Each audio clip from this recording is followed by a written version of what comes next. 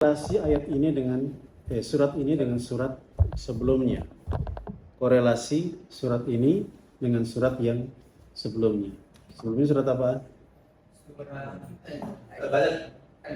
Sebelumnya. Al-Ghasyiyah.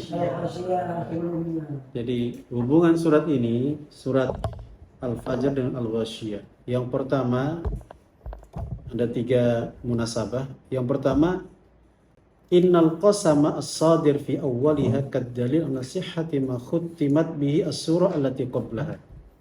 Jadi di surat ini dibuka dengan qasam, dengan sumpah. Nah, sumpah itu apa faedahnya?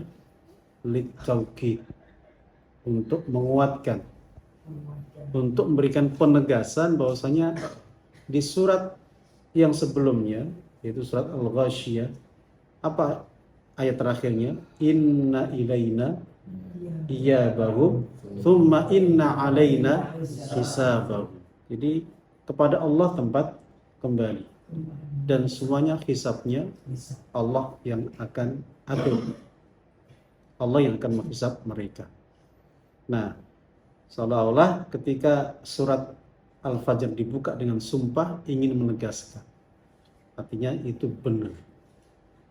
Artinya inna ilaina iyabahum thumma inna alaina hisabahum. Jadi iyab dan hisab itu pasti benarnya. Jadi ini munasabah yang pertama antara surah Al-Fajr dengan surat Al-Ghasyiyah. Berikutnya di surat yang lalu, surat Al-Ghasyiyah, tadammanatis suratus sabiqah qismatan nas ila fariqain. Jadi di surat sebelumnya itu manusia dibagi ke dalam 2 kelompok. Asyqiya wa su'ada. Asyqiya wa su'ada. Orang-orang yang celaka dan orang-orang yang bahagia. Siapa mereka? Wujuhu yawma idzin khashi'ah. Itu yang pertama kan? Yang kedua siapa? Wa wujuhu yawma idzin na'imah. Ada yang wujuh khashi'ah, ada wujuh na'imah. Apa wujuh khashi'ah?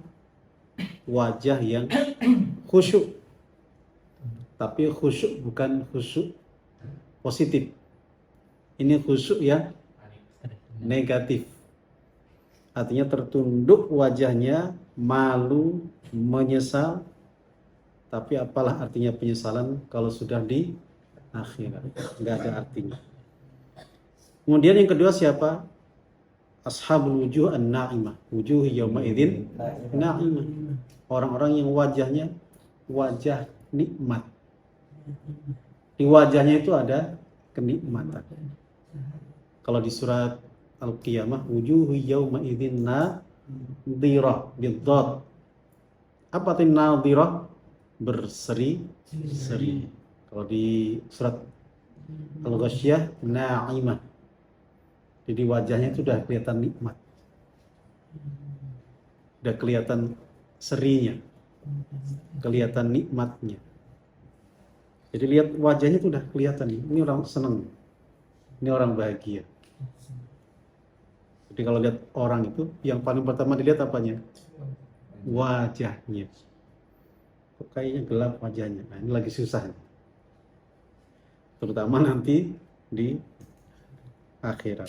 Yauma tabyaddu wujuh wa taswaddu wujuh. Wajah yang terang dan wajah yang gelap. Nah, kemudian di surat ini, itu kan surat yang sebelumnya. Di surat Al-Fajr ditunjukkan model-model yang wujuh yawma idzin khashi'ah. Siapa mereka? Ad, Thamud, Fir'aun.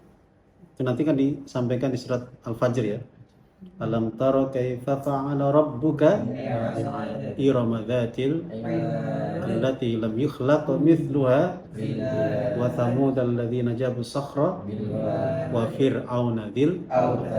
Ini model-model wujuh yauma idzin khashi'ah. naimah ya akhi. Khasyiyah. Ya, langsung dikasih modelnya. Ini loh modelnya.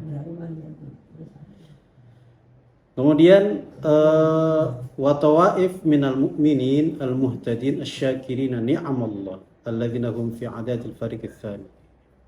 Ya, jadi memang yang ditampakkan model yang khasyah. Ada kelompok yang mukminin tapi tidak disebutkan namanya. Oke, yang terakhir yang ketiga, inna jumlata alam tara kaifa fa'ala rabbuka bi'ad di surat Al-Ghasyiyah itu mirip dengan kalimat afala yanzuruna ilal ibili kaifa khuliqat. Kalau di surat surat Al-Fajr ini yang dilihat siapa? Manusia. Yang dilihat manusia. Orang Ad. Lihatlah kaum Ad. Lihatlah kaum Samud. Lihatlah Fir'aun. Tapi kalau di surat Al-Ghasyiyah yang dilihat apa? Lihat tuh unta. Afala yanzuruna ilal ibni kaifa khuliqat. Terus wa ilas sama, lihat langit. Wa ilal, lihat gunung. Wa ilal ardi, lihat itu bumi. Artinya sama-sama kita diperintahkan untuk mengambil pelajaran. Artinya perhatikan, teliti, analisa, renungi, dan sebagainya. Ya, ini hubungan antara surat Al-Fajr dengan surat Al-Ghasyiyah. Baik, berikutnya tadi munasabah, sekarang kita masuk di bagian berikutnya. Mashtamalat alaihi surah. Kandungan dari surat Al-Fajr.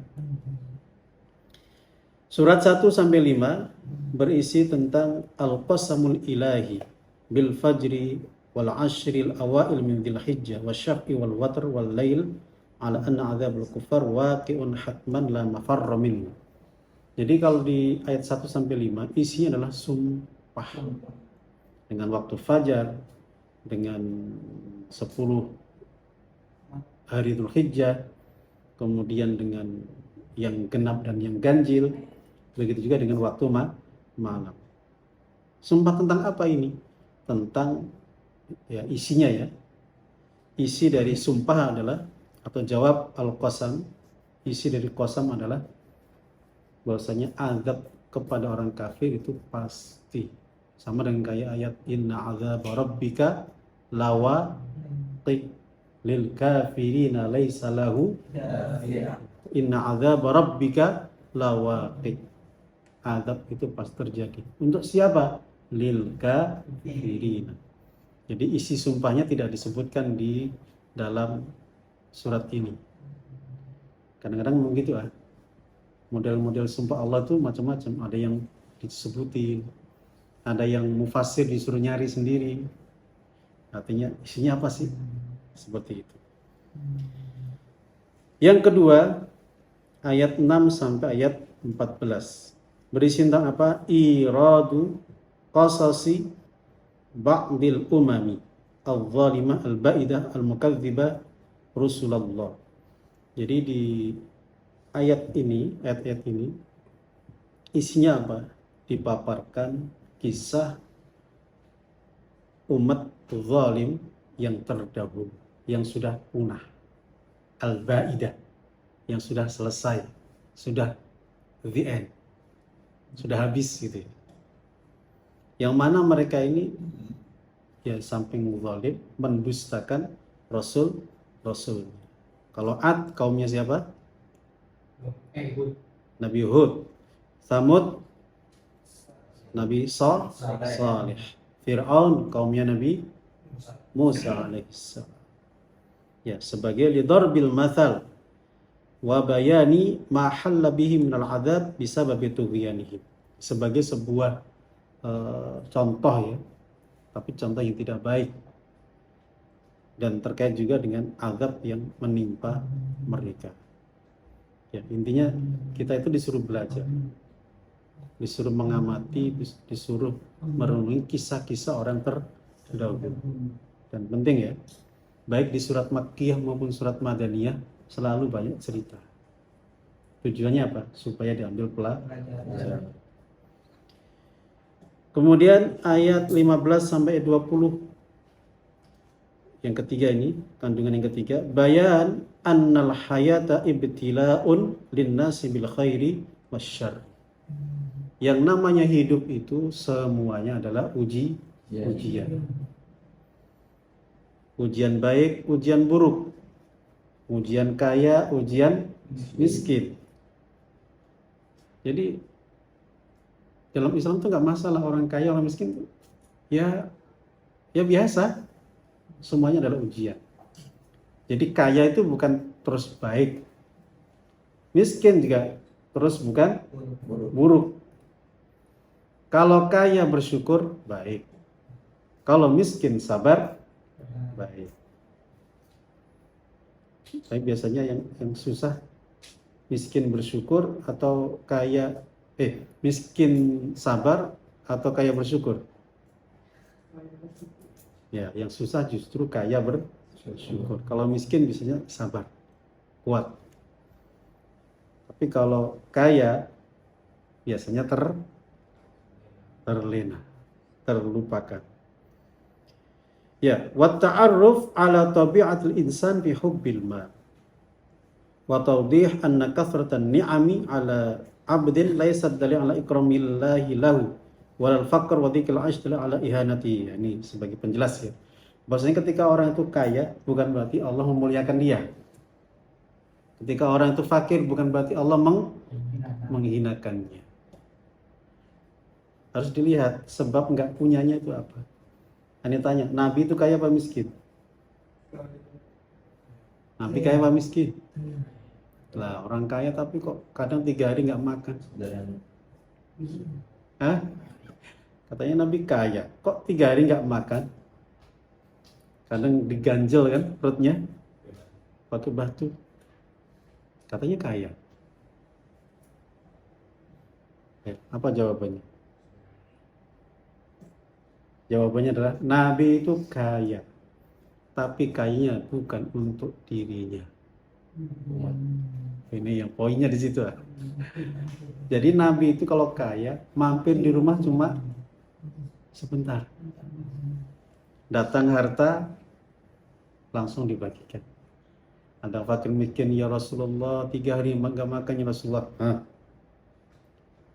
Ada yang lagi keluarga lagi susah, kasih. Ada peminta-minta, kasih. Ada tamu datang, dijamu. Makanya langsung habis. Jadi Nabi gak menikmatinya. Nabi yukthir, lebih mengalah, memenangkan yang lain. Bisa nggak? Kalau kita kaya kan pikirannya apa? Duh, rumah kita ini kurang besar nih, besarin yuk. Mobilnya itu, wah udah nggak layak ini. Ini mobil udah 20 tahun nggak ganti. Ibaratnya begitu. Wah, duit banyak nih. Makan apa kira-kira ya? Restoran mana yang belum kita makan? Jadi pikirannya, kalau Nabi enggak. Ini orang miskin mana yang belum dikasih? Sampai habis. Makanya sampai situ malah Nabi yang lapar. Jadi Nabi itu musir, ghani, kaya. Tapi tidak lama kemudian kemudian hilang. Hilangnya kenapa? Dibagikan kepada yang lain. Dan itu berat. Karena setiap kita pasti cinta harta. Baik.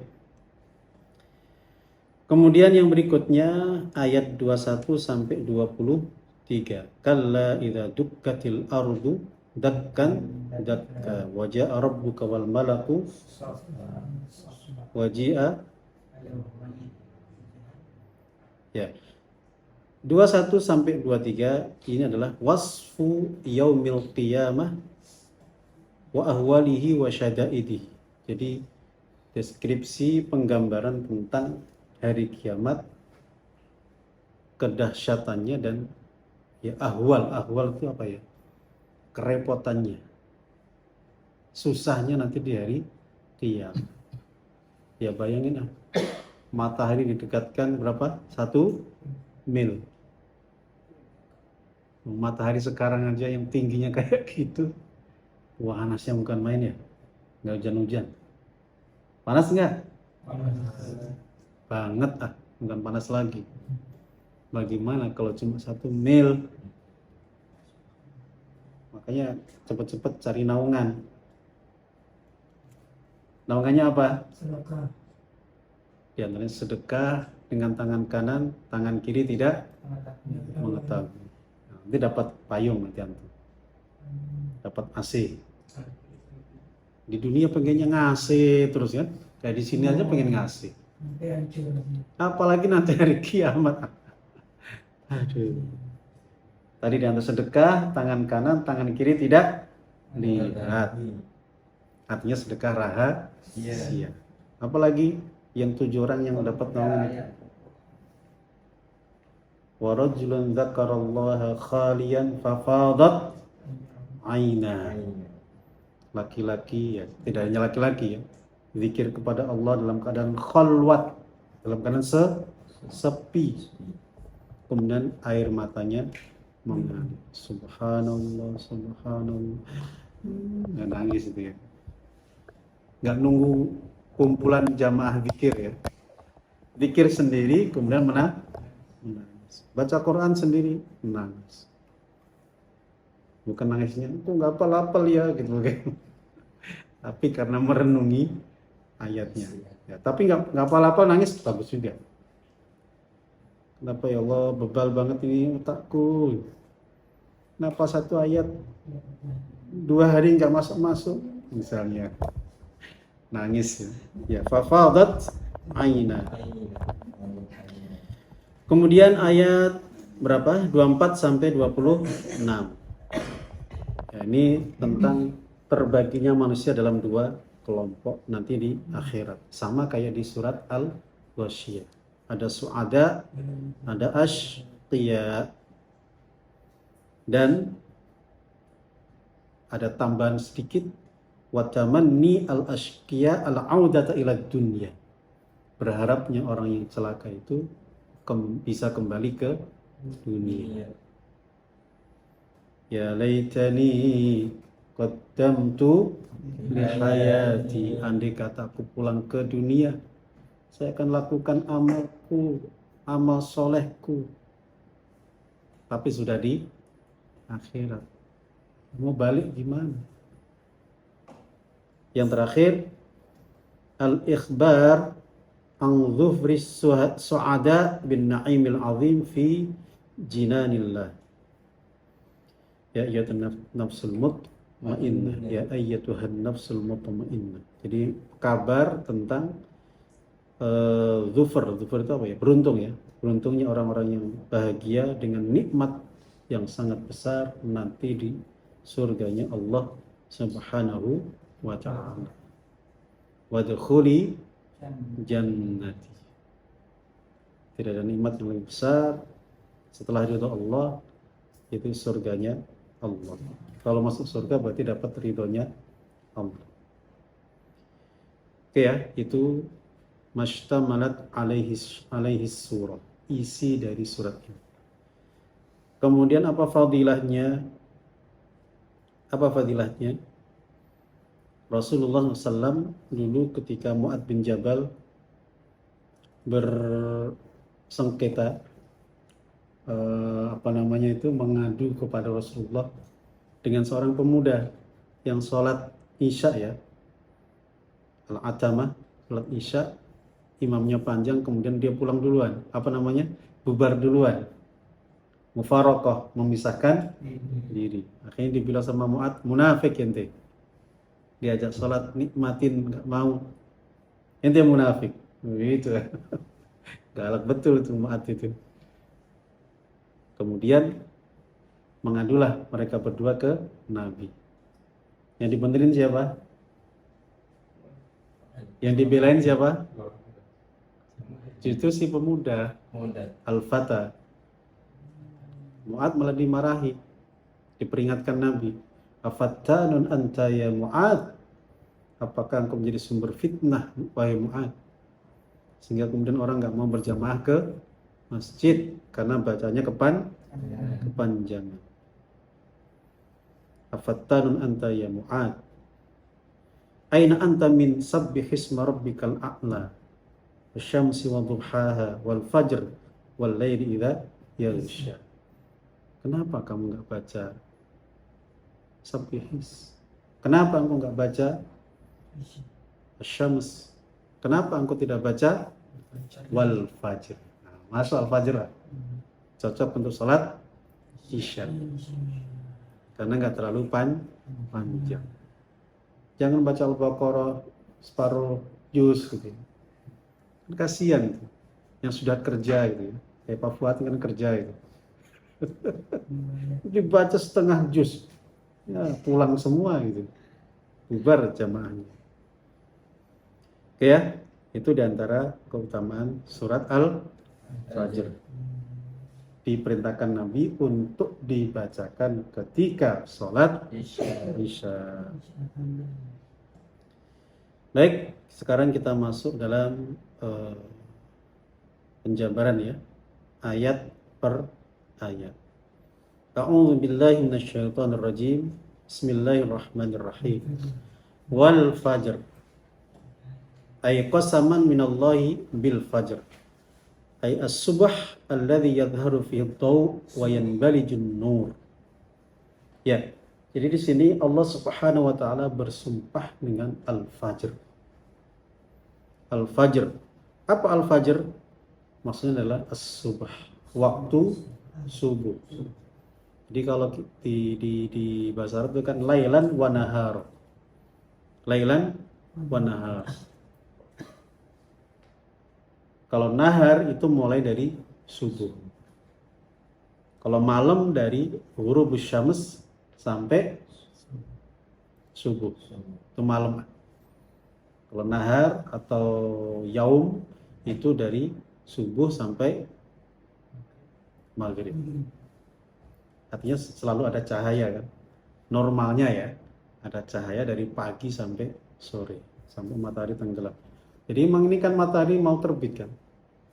Cahayanya itu udah mulai muncul duluan. Terbitnya nanti setelah salat subuh. Subuh terus jalan, nah itu baru terbit. Jadi salah fajar ini, subuh ini tanda-tanda. Tuh. Udah cahayanya keluar itu. Karena ada dua fajar kan? Ada fajar kadzib, ada fajar shadiq. Nanti kalau punya anak kasih nama fajar shadiq. Jangan fajar kadzib. Karena fajar kadzib ini fajar palsu.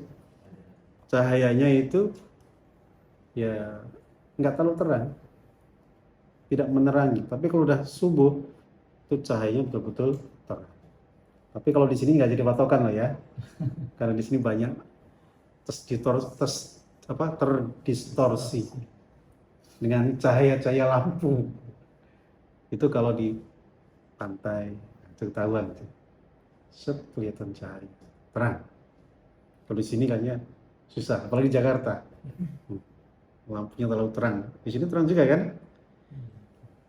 Jadi nggak terlalu kelihatan fajar. Ya.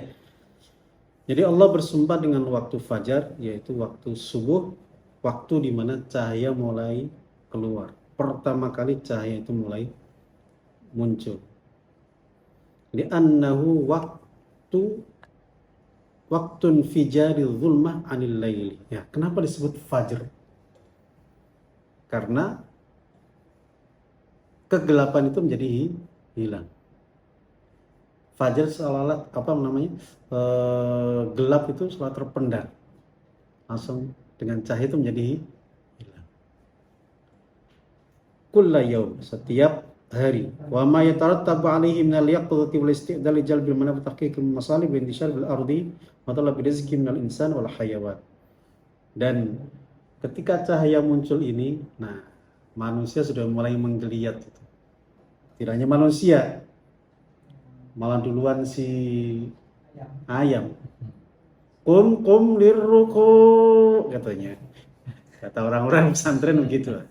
Bukan kuklurukuk, bukan. Tapi itu artinya kum lirruku. Itu. Apa? Kum lirruku. Bangun untuk ruku. Salat subuh. Yang adzan itu si ayam itu. Ayam jago itu. Artinya tidak hanya manusia, bahkan binatang pun siap-siap untuk mencari anugerah Allah. Bahkan yang sudah memberikan sinyal alarm itu ayam jantan. Sudah berkokok dia. Santri-santri juga sama. Kalau perlu jangan nunggu kum lirruku. Ya, jangan nunggu subuh. Sebelum subuh sudah bangun. Sepertiga malam terakhir sudah muncul antum. Jadi sudah bangun sebelum subuh datang. Artinya antum sudah menyambut waktu subuh. Itu ya. Jadi antum jangan kalah sama ayam. Masa kalah sama ayam? Ayam akalnya kurang, antum akalnya banyak. Masa kalah sama ayam? Mau kalah apa mau menang? Sama ayam masa kalah? Oke ya. Jadi subuh itu tanda kehidupan. Subuh itu kemudian manusia kemudian bertebaran. Ya, antum kalau di sini kalau sering tidur kalah sama tukang sayur. Aneh kalau hari Kamis ya di sini kan.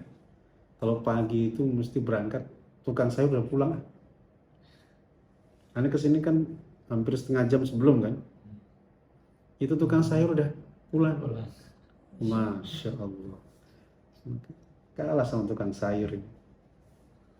Tukang Quran sama tukang sayur kalah.